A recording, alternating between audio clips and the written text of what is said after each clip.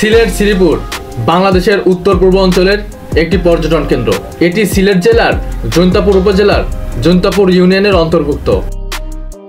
এটি শ্রীপুর ঝর্ণা ও শ্রীপুর চা বাগানের জন্য বিখ্যাত, যা বাংলাদেশ ভারত সীমান্ত বরাবর অবস্থিত। শ্রীপুর পিকনিক স্পট সিলেট তামাবিল মহাসড়কের পাশে পিয়াইন নদীর তীরে অবস্থিত। জাফলং জিরো পয়েন্ট থেকে শ্রীপুর পিকনিক সেন্টার 850 মিটার দূরত্বে অবস্থিত। সিলেট তামাবিল মহাসড়কের মাধ্যমে শ্রীপুরে যাতায়াত করা যায়। পর্যটকদের জন্য এখানে থাকা খাওয়ার ব্যবস্থা রাখা হয়েছে। হ্যালো প্রিয় দর্শক, এখনো যারা আমার চ্যানেলটিকে সাবস্ক্রাইব করেননি, অনুগ্রহ করে চ্যানেলটিকে সাবস্ক্রাইব করে পাশে থাকা বেল আইকনটি চেপে দিন। হ্যালো এভরিওয়ান, আমরা এই মুহূর্তে সিলেটের শ্রীপুর চা বাগানে আছি, আপনারা দেখতে পাচ্ছেন। এবং আমরা এই জায়গাটিতে এসেছি আস্তে আস্তে আমাদের প্রায় বিকেল পেরিয়ে গিয়েছে, যে কারণে আপনারা দেখতে পাচ্ছেন সূর্যটা প্রায় ডুবুডুবু অবস্থায় আছে।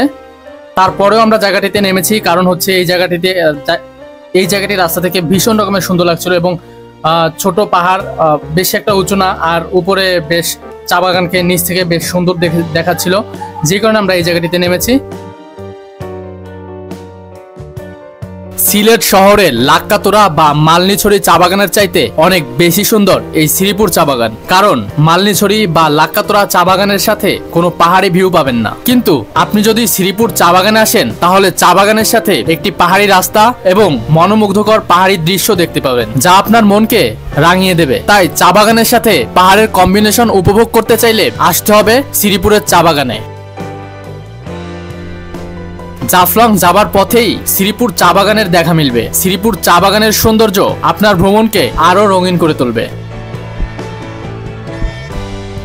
তবে শীত এবং গ্রীষ্মকালের চাইতে বেশি সৌন্দর্য দেখতে চাইলে আপনাকে আসতে হবে বর্ষা মৌসুমে। যদিও এই চা বাগানটি আয়তনে বেশ ছোট, তবে এর সৌন্দর্য অনেক বেশি।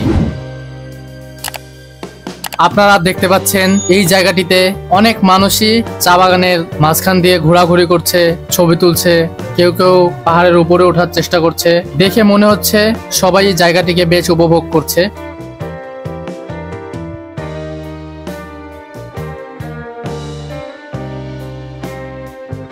এই চা বাগানটিকে দার্জিলিং এর চা বাগানের সঙ্গে তুলনা করা হয়, কারণ দার্জিলিং এর চা বাগানের পাশে যেমন পাহাড়ি ভিউ পাওয়া যায়, ঠিক তেমনি আমাদের এই শ্রীপুর চা বাগানের পাশেও পাহাড়ের মনোরম দৃশ্য দেখতে পাওয়া যায়।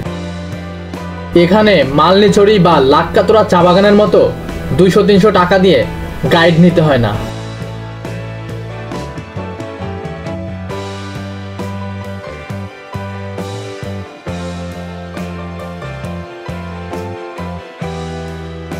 সবাই এই সুন্দর জায়গাটিকে বেশ উপভোগ করছে।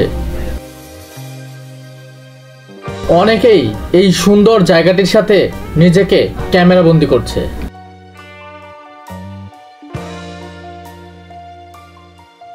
এই চা বাগানটির আশেপাশে তেমন কোনো খাবারের দোকান নেই। যদি কপাল খুব ভালো হয়ে থাকে, তাহলে শরবত অথবা ঝালমুড়ির দোকান রাস্তার আশেপাশে পেলেও পেতে পারেন।